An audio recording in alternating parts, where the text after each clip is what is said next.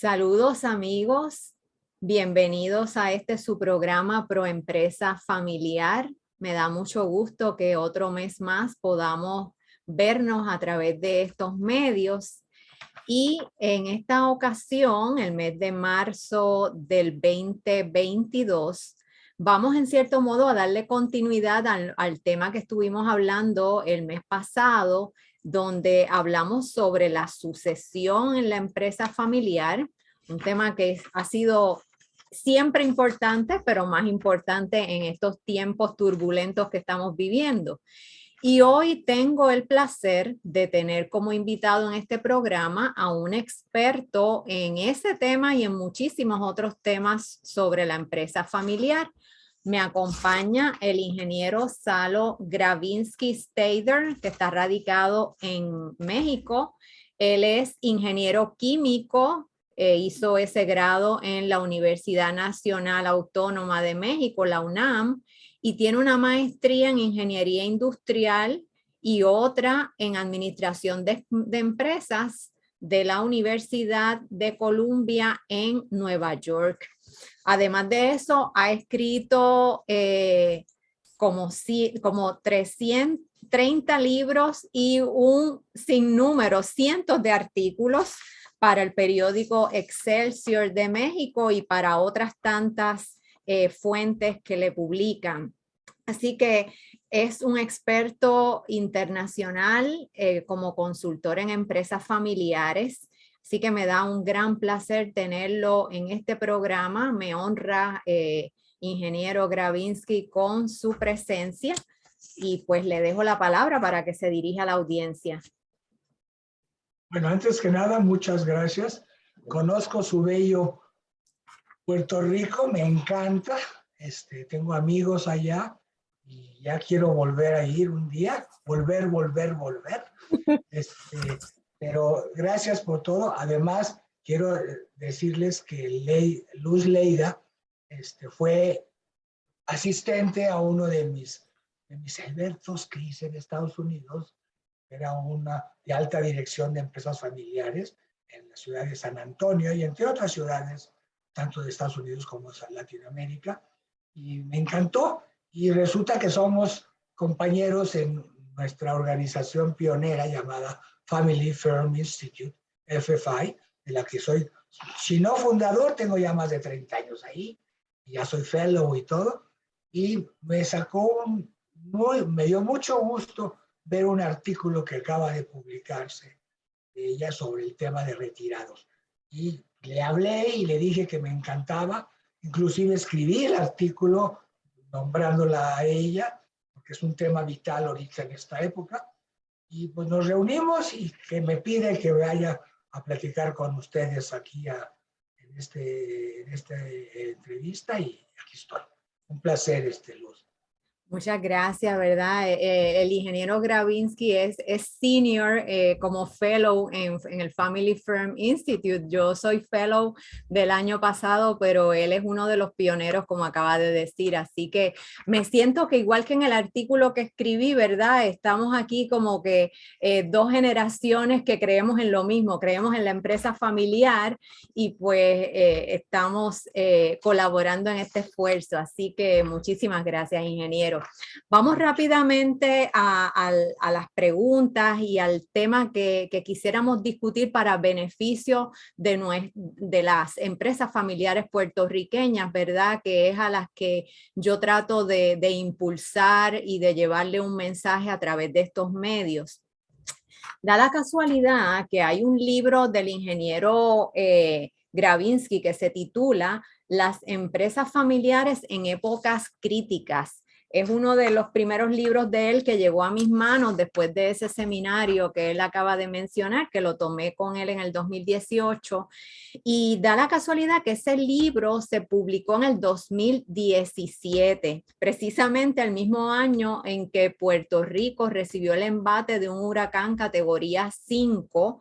Después, en el 2020, recibimos un terremoto en enero del 2020, un terremoto de magnitud 6.4. En marzo del 2020 llega la pandemia y nos encierran a todos, igual que en otras partes del mundo.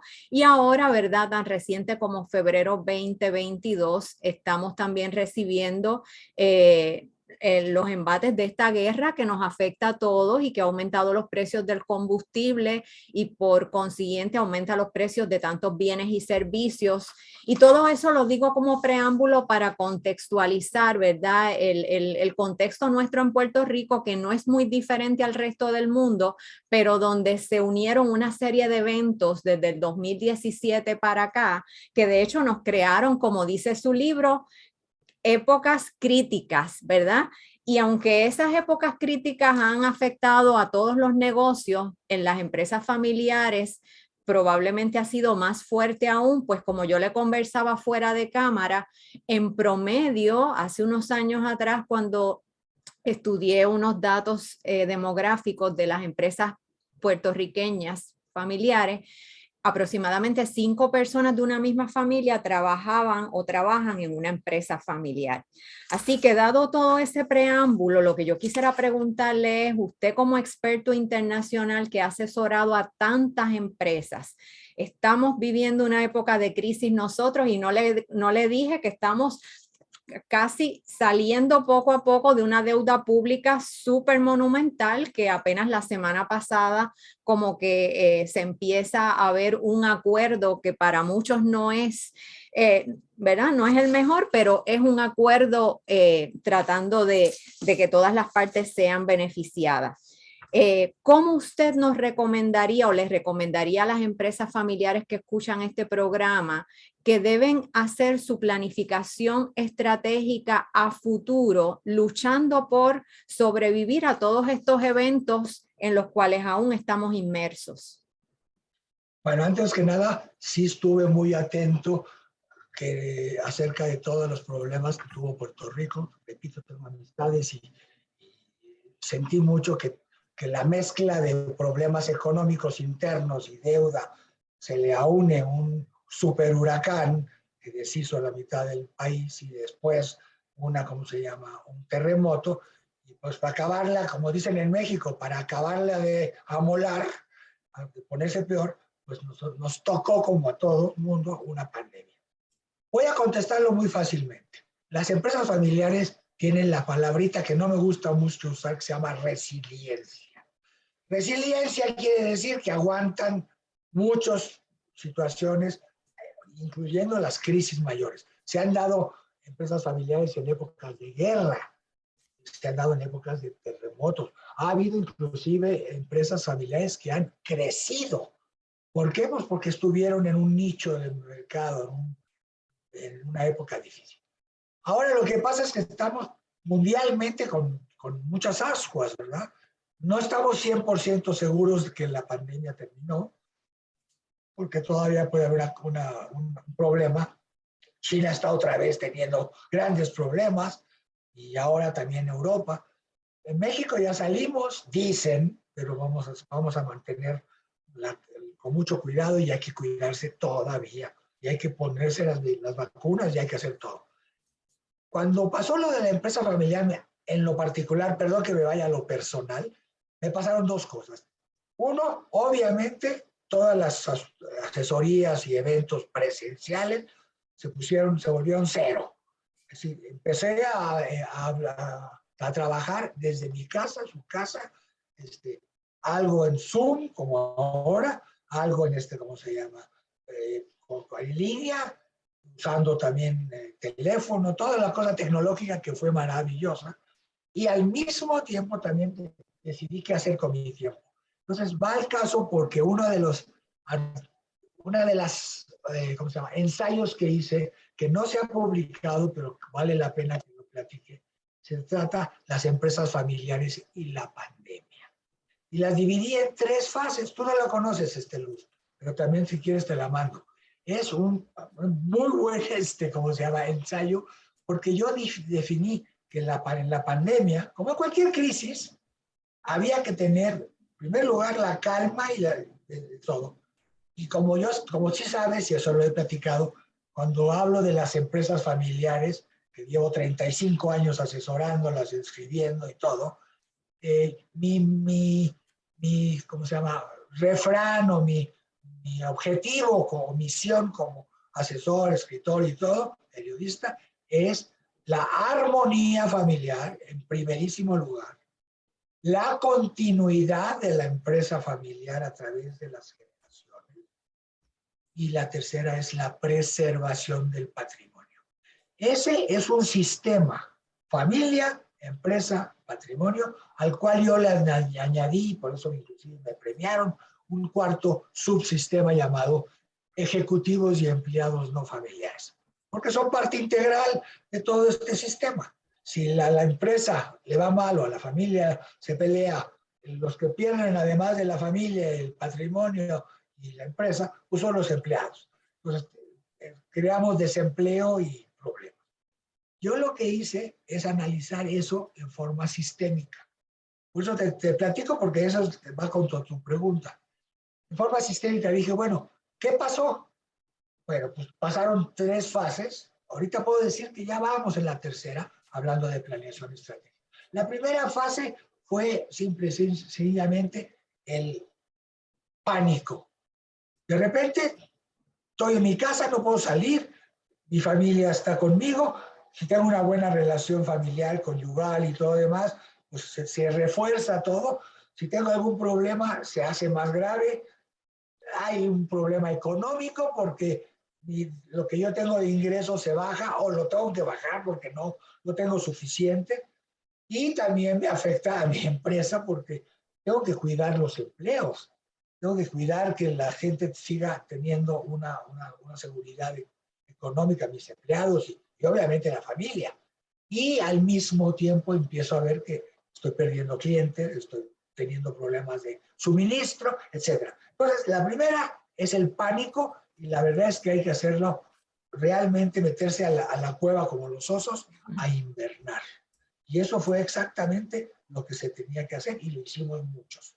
Algunos en mejor grado, otros les fue muy mal, otros no tuvieron otra y se enfermaron y algunos desgraciadamente murieron, pero la verdad es que había gente que tenía que comer, tenía que salir a comer. La economía informal era si no sales, no comes. Pues eso fue terrible. Pasaron unos meses y nos dijeron, también seguramente ya, esto ya pasó, se acabó la crisis y ya vamos a empezar a normalizar. Y vámonos, llega el Delta, llega la variante Delta. Entonces va de nuevo, pero con el problema de que ya estábamos muy asustados y la gente, muchos de ellos decidieron que ni modo, tenía que salir. Eso creó una gran zozobra y problemas. Y en ese caso, la segunda fase, que era lo que dicen los norteamericanos, damage control, control del daño, se suponía que salías de tu cueva para ver cómo estaba el panorama, qué tanto se había perdido de todo esto, qué tanto perdiste de gente, qué tanto perdiste de, obviamente, de mercado, financiera, tu famoso cash flow por los suelos, porque no tienes ingresos, pero los ingresos siguen. El control de daños era indispensable para de ahí ver todo y hacer escenarios, porque ahí era donde tenías que pensar tú solo o con la ayuda de un asesor o una asesora como tú o yo, ¿qué hacemos si podemos continuar y sobrevivir con lo que tenemos o tenemos que achicarnos completamente o finalmente algunas tuvieron que cerrar? Y eso fue terrible y eso causó una recesión que México fue dura y en Puerto Rico, que ya traía de entrada una recesión, pues salió peor. Y en México tampoco cantamos malas rancheras, también es una recesión grande. Y la tercera, que es la contestación a tu pregunta, era la tercera, que es la reinvención. La reinversión, invención, invento. ¿Cómo te voy a reinventar ante un presente y futuro complicado, obviamente, turbulento, obviamente, pero dice que ya salimos de la crisis de la pandemia para entrar en el problema de la guerra y de la inflación, para entrar en el problema político que en algunos países como el nuestro, etcétera, hay mucha efervescencia electoral y política para enfriar en N número de cosas. Ahí es donde uno tiene que pensar qué hacer. Y ese es el tema número 3, que es planeación estratégica del futuro. ¿Cómo te reinviertas? Uno, chécate tú personalmente si eres o puedes seguir tú como líder de tu empresa o, como dijo la doctora Luz Leida, te retiras o te regresas del retiro para salvar a tu empresa. Es una muy importante decisión que ahorita vamos a analizarlo en un futuro tú y yo, cada quien en nuestro ramo, porque es un tema espectacular. ¿A dónde vamos? ¿Qué van a hacer? Segundo, analizar tu situación personal y familiar. Igual, perdóname que lo diga, pero también va a haber muchas separaciones. El estar en una casa encerrado, una jaula encerrado, para mucha gente fue maravilloso, pero para muchos fue el final de una relación que ya no estaba bien. O con los niños con problemas, o el número de situaciones. Un campo muy importante para los terapeutas, para los líderes espirituales, que tienen que ayudar, porque realmente hay gente golpeada, adolorida, y que puede ser que no vaya a salir, pero tenemos que sobrevivir. Eso es el caso. En el caso de la empresa, ver a dónde va el futuro. Vernos ahora, vernos en 5 años. Tenemos la fuerza, tenemos la gente adecuada. Hay gente que se quiere ir o que ya se fue y no quiere regresar, como está pasando en Estados Unidos, en el mismo artículo que platicamos. Hay que analizar para dónde va. Y muy importante, los sucesores. ¿Tenemos sucesores adecuados? ¿Tenemos a la gente lista para aguantar esta y todas las demás crisis que vienen? ¿Estoy yo preparado para seguirle o ya estoy cansado? ¿Y cómo está mi patrimonio? ¿Puedo aguantar yo el resto de mi vida física y mi familia, mi esposa y todo? ¿Podemos aguantar sin tener el recurso de la empresa que nos pague un sueldo, que nos dé un dividendo o algo? ¿Sabes qué? Es un tema increíble. Yo lo estoy utilizando ahora con mis clientes ya de muchos años y algunos nuevos para ponernos un nuevo grupo. Es indispensable hacer eso. Entiendo que sí, estoy 100% de acuerdo y quiero como que recapitular para beneficio de quienes nos escuchan y usted me corrige. Me parece que ha dicho que hay que hacer 3 cosas, que si no, que se supone que ya se hubiesen hecho, pero si no se han hecho hay que hacerlas. Una es un análisis interno personal, me parece que usted habló, o sea que primero tengo que empezar por mí, ¿verdad? Cada persona en la empresa familiar, no importa de la generación a la que pertenezca, debe hacer su análisis personal de si está preparado para quedarse allí, si quiere permanecer, si no quiere permanecer. Y hay que hacer un análisis luego de ese, un análisis familiar. Y usted habló de que en ese análisis, pues puede que las decisiones, incluso algunas pueden ser dolorosas, ¿verdad? Todo análisis debe llevar a una decisión, no es a simplemente mirar las cosas de lejos y quedarse ante ellas sin hacer nada. O sea, me parece que hay que tomar decisiones. Y a veces nos cuesta mucho, usted habló, ¿verdad?, de que tanto en el análisis interno personal como en el familiar, probablemente hace falta que entren personas con peritaje en diferentes áreas. Pueden ser personas, ¿verdad?, como usted y como yo, pero también hará falta profesionales de la conducta, porque mucho de lo que ha pasado en este tiempo de pandemia, pues ha afectado, ¿verdad?, la salud emocional de las personas. Pero yendo entonces a la parte puramente de empresa, que es tal vez la que más me interesa en este espacio, y usted habla de reinvención y habla de los sucesores adecuados. Siempre hemos hablado de los sucesores en empresas familiares, pero me parece que en este momento en que hay un cambio de época a nivel mundial, o sea, estamos viviendo un cambio de época. ¿Cuál sería entonces el perfil de un sucesor o sucesora adecuada para la reinvención que hace falta probablemente en toda empresa una vez culmine la pandemia, si Dios quiere? No, bueno, es una pregunta para cuántas horas quieres que te dedique. Digo, la verdad, es una pregunta tremendamente fuerte. Lo que yo estoy tratando de entender son dos cosas. Una, acuérdate que las empresas familiares tienen alma. No es una empresa, si tú vas a una empresa, yo sucesor o posible potencial, tú vas a la empresa de tu familia pensando que te vas a hacer rico y millonario y que lo que necesitas es tener un Lamborghini y un yate y todo lo demás, qué bueno, no es el tema. El tema es el orgullo de tu apellido y de tus padres y de tus abuelos.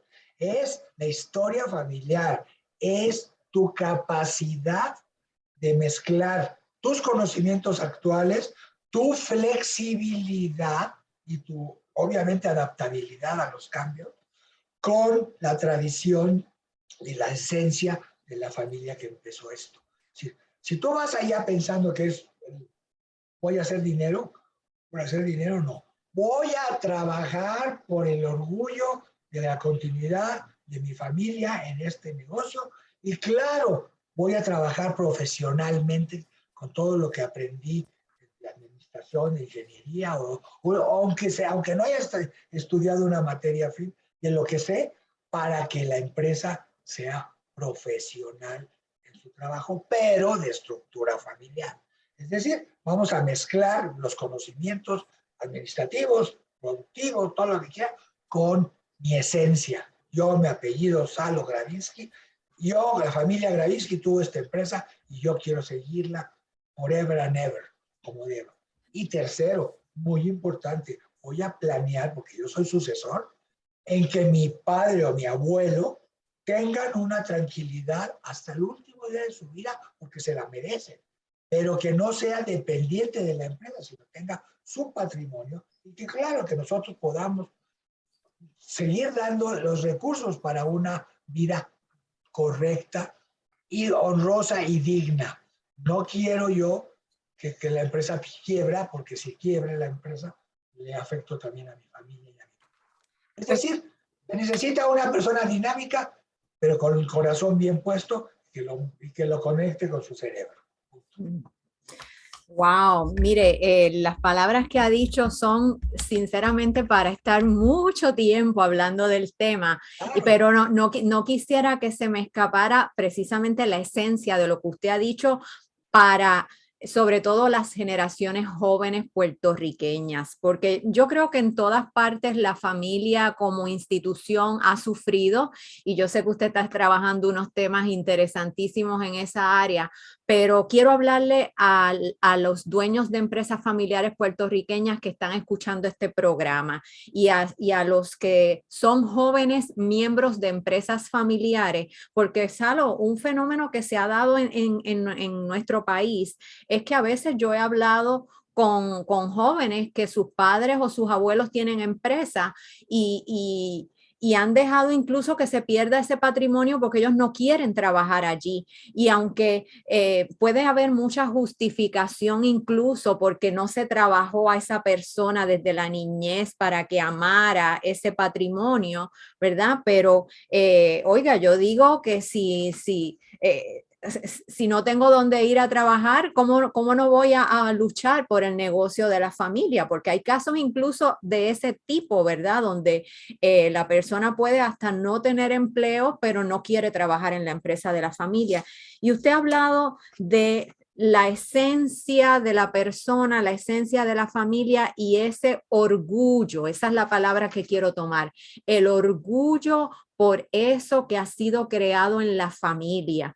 Y le quiero hablar a las generaciones que están en la universidad, pero que sus padres tienen empresa familiar, a los niños o adolescentes, y es que tienen que mirar eso como un gran tesoro, ¿verdad? Y yo conozco un caso particular local, que no voy a decir ahora el nombre, donde esta dama está todavía usando la receta de su abuelo para hacer unos bizcochos que ya son muy famosos porque se venden y se exportan fuera de Puerto Rico. Y ella tiene hasta el horno que usaba su abuelo, que fue el que creó la receta. Pues está allí por ese orgullo, pero sin embargo hay tantos otros que no están porque no desarrollaron ese orgullo. Y entonces yo creo que es un tema que atañe tanto a las generaciones más adultas, que son las que tienen que cultivar eso desde muy pequeños en los niños, y a las generaciones ya jóvenes que aunque no le hayan cultivado ese orgullo, me parece que estamos en un momento también de crisis económica que no podemos perder lo que en nuestro país se ha fundado, ¿verdad? Y fíjese, aquí hay una gran diferencia porque, y usted me corrige, lo que conozco de México es que allá hay muchas empresas familiares grandes, o sea, grandes de miles de empleados. Acá las empresas familiares son más pequeñas. Casi todas son pymes, aunque tenemos algunas grandes, pero no son la mayoría.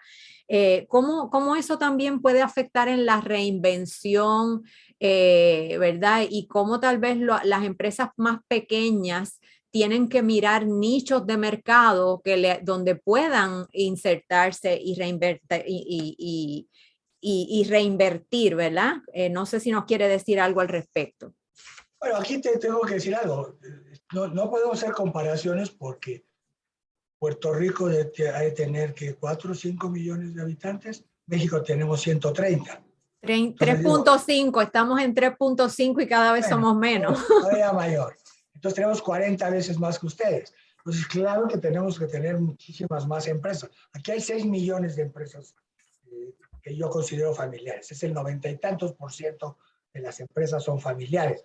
Pero de ese 90 y tantos, de esas 6 millones de empresas, solamente te puedo hablar de 1,000, 2,000, 5,000 si quieres, a lo mucho, empresas grandes o emporios, ¿no? Bimbo y Cemex y todo lo demás. Pero el 90% son pymes como las que tú estás hablando. Y están en peligro aquí en México y está en peligro en Puerto Rico y está en peligro en el mundo. Por varias razones. Porque no se han puesto tecnológicamente al día, porque no están buscando nichos, porque los hijos de ellos, a veces muchos de ellos, y tienen todo el derecho, están buscando oportunidades y creando ellos sus propias empresas. Y otros que dicen simplemente, mi padre trabajaba muchísimo y mi abuelo también, 15 horas diarias, y yo quiero trabajar 9 to 5, si me va bien, o quiero hacer un startup, lo cual es perfectamente respetable, pero sí hay que motivarlos. Y sí hay que hacerles ver que en un momento, ahorita tengo un caso así, el caso de que trabaja esta mujer en una empresa, no, de empleada, de ejecutiva, y la estoy invitando a una empresa de un giro que no es femenino, es una muchacha de una asesoría de ahorita, y le digo, ¿sabes qué? General Motors tiene a una presidenta mujer. Tú puedes ser una presidenta de la empresa de tus papás y de tus tíos, con todo gusto tienes todo lo que puedes. Eso sí, el giro lo vas a aprender tú. Si la mujer puede ser lo que tiene que hacer, y a mí me encantan mujeres empresarias, ¿no es cierto? Tanto mi esposa como yo somos fanáticos y hemos trabajado mucho ese tema y asesorado yo. Simple, sencillamente, hay que tener ganas. Ahora, si no quieren, como dicen el refrán, a fuerza ni los zapatos. No puedes tú prohibir. Pero sí creo que va a haber un renacimiento. Ahora, yo soy optimista por naturaleza. Yo pienso que los golpes que se han dado en los últimos 3, 4 años en Puerto Rico, en México y en el mundo, han creado desempleo, han creado inestabilidad. Hay gente que pensaba que estando en el gobierno, estando en una gran empresa, ya la tenía ganada de aquí al final de su vida. No es cierto. Ha habido cierres de empresas grandes. ¿Cuántas empresas en Estados Unidos están quebradas? Macy's, JCPenney y todos los demás. Entonces estamos hablando de que estas empresas son más flexibles, más dinámicas, tienen más libertad para moverse. A diferencia de un transatlántico, para dar la vuelta a 180 grados, le puede costar un día. Una lancha, un yatecito, una lancha cualquiera, se la da en 2 minutos. Tiene la flexibilidad de cambiar. Entonces, yo creo que no va a parar el asunto de las empresas familiares. Sí va a haber sucesores, sí va a haber algunas que tengan que cerrar, ya veré otras que van a tener que reinventarse. Me encanta el Oye, ejemplo del transatlántico, me encantó y yo creo que los que nos están escuchando, que si están desmotivados, se motiven y es algo pues muy cierto. agarren sus lanchas, punto. No son Mu- yates de oligarcas, son ya lanchas. Y sí se puede. He visto casos muy bonitos. Hay que ayudarlas mucho, Sí. porque en muchos casos el mismo dueño, la familia dueña, no quiere crecer y no quiere cambiar. Y tenemos que cambiar, porque a fuerzas va a haber cambios que no Ujú. tienen precedente.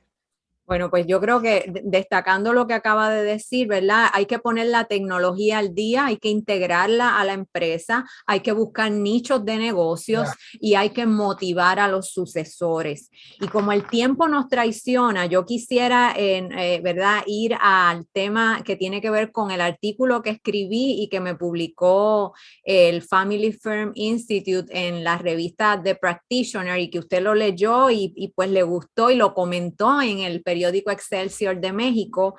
En ese artículo, para beneficio de los amigos que no lo han leído, pero que está en mi fanpage y pueden verlo allí, que se llama Pro Empresa Familiar, lo pueden buscar. Yo hablaba de empresas, y esto lo he visto en Puerto Rico, empresas que ya estaban haciendo ese proceso de sucesión antes de la pandemia y que muchas veces pues los fundadores, perdón, ya estaban como que, ¿verdad? Un poco fuera del negocio, dejando a sus hijos al mando. Viene la pandemia, pierden empleados y pues ocurre lo que ya sabemos.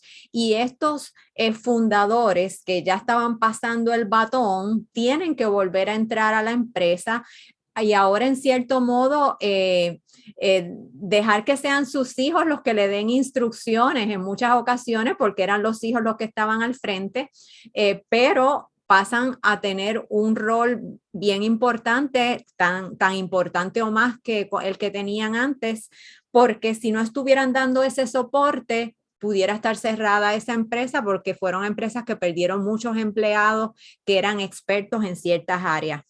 Me gustaría saber si el fenómeno usted lo ha visto en México y que nos comentara un poco de la comparación que usted hizo con mi artículo y este otro que apareció en el Washington Post.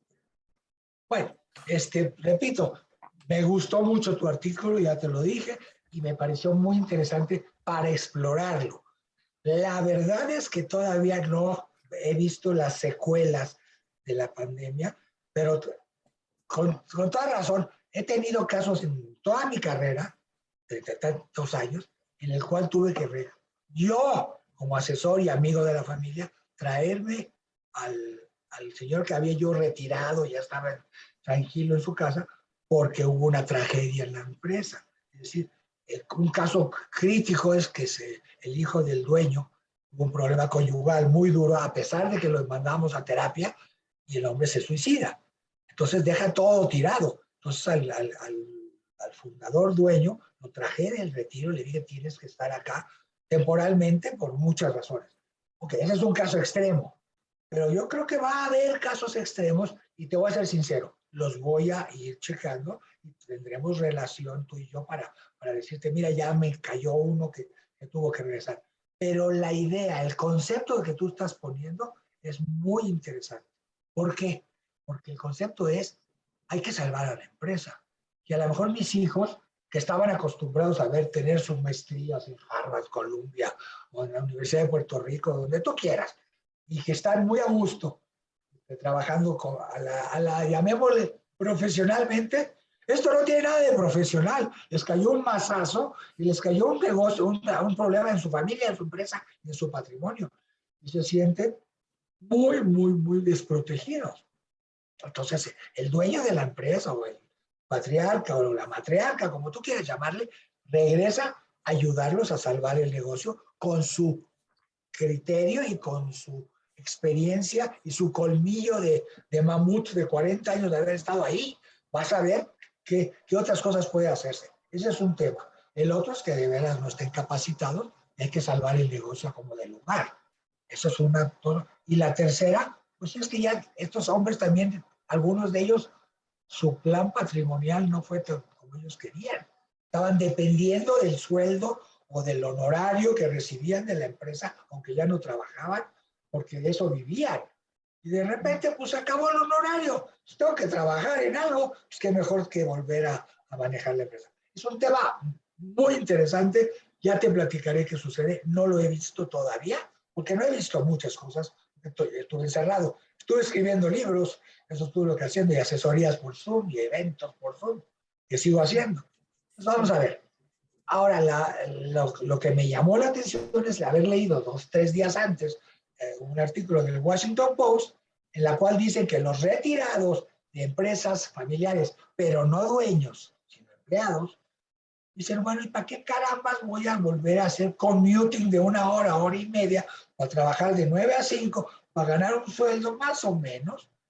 Mejor me retiro, ya tengo mi Social Security, ya tengo algún ahorro o algo, ya me voy a dedicar a rascarme la pancita el resto de mi vida, que no haga nada.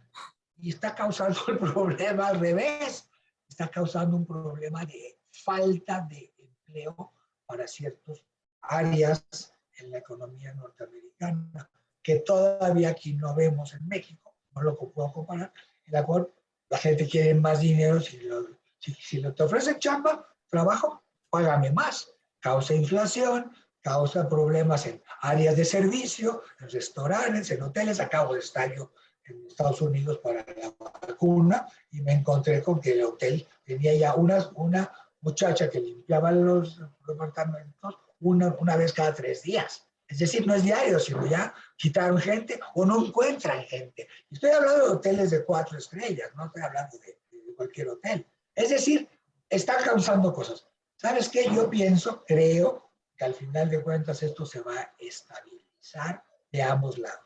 Tanto los retirados que ya volvieron a retirarse, pero ya medio arreglaron otra vez la lancha, y por el otro lado, en la economía en general, que va a haber oferta y demanda, que va a haber ya un poquitito más de estabilidad.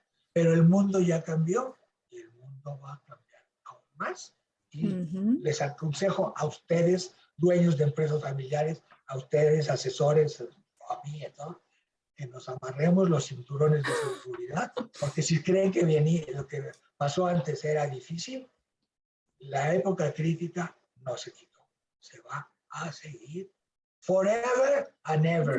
Necesitamos emprendedores dinámicos, flexibles, adaptables, que tengan toda la posibilidad, que sepan tomar riesgos calculados y crear estructuras que aguanten huracanes, terremotos, problemas financieros, problemas familiares y familias híbridas. Amén. Bueno. Amén. De verdad ha sido un placer tenerle en este programa. Yo sé que es mucho su conocimiento y su sabiduría a través de tantos años asesorando empresas familiares en México y en otras partes del mundo. Y yo creo que usted ha hecho un buen resumen de todo, pero yo quisiera dejar en la mente de la audiencia lo importante que es desarrollar a los sucesores para estos nuevos tiempos que estamos viviendo y, como usted ha dicho, los que van a venir. Me parece que eso es sumamente importante. Y yo quisiera pues también dejarle saber a la audiencia, y más ahora en que la tecnología se impone, que usted está radicado en México, pero igual que estamos haciendo este programa a distancia, pues también puede ofrecer consultoría a quien se lo solicite a distancia, y su correo electrónico, que lo tengo por aquí, es gzsalo@gmail.com. Si alguien quisiera escribirle, ¿verdad? Y solicitar sus servicios. Y a esta servidora, o si quieren que lo traigamos a Puerto Rico, pues que se comuniquen conmigo, ¿verdad? Y coordinamos esa posibilidad. Pueden escribirme a empresasfamiliarespr@gmail.com. Yo agradezco mucho al ingeniero Gravinsky su tiempo, su conocimiento, el insumo que he recibido tanto durante este programa como fuera de cámara en relación a ese artículo que escribí, que en español se titula Sucesión revertida.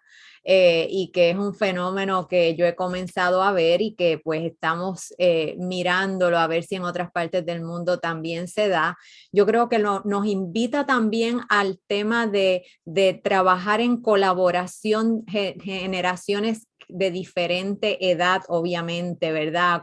A cómo aprendemos a incluirlos a todos en la empresa familiar, ¿verdad? A los abuelos, a los padres, a los hijos, a los primos, de una manera armónica, como es el primer lineamiento que usted tiene en su modelo de trabajo.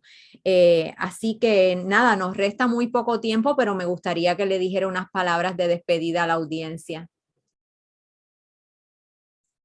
Los amigos boricuas, les tengo mucho cariño.